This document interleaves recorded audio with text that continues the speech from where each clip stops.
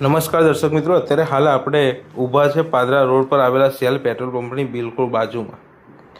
અહીં જે દ્રશ્યો જોવા મળી રહ્યા છે તે ખરેખર હચમચાવી નાખનારા છે. માનવ જીવનની કિંમત શું અત્યારે કોડીની થઈ ગઈ છે?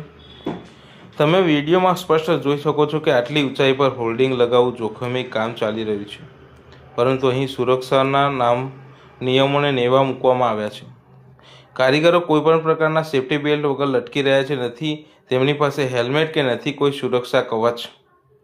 આ એક મુખ્ય રસ્તો છે જ્યાં સતત ટ્રાફિક અવરજવર રહે છે. જો કોઈ નાની ભૂલ થાય તો અહીં મોટી જાનહાનિ થઈ શકે છે. શું કોન્ટ્રાક્ટર કે જવાબદાર એન્જિનિયર કોઈ દુર્ઘટનાની રાહ જોઈ રહ્યું છે? શ્રમિકોના જીવ સાથે આટલી હદની બેદરકારી કેમ?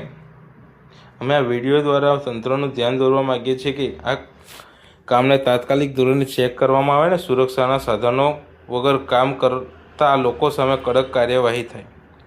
કોઈનો જીવ જાય તે પહેલાં જાગવું જરૂરી છે.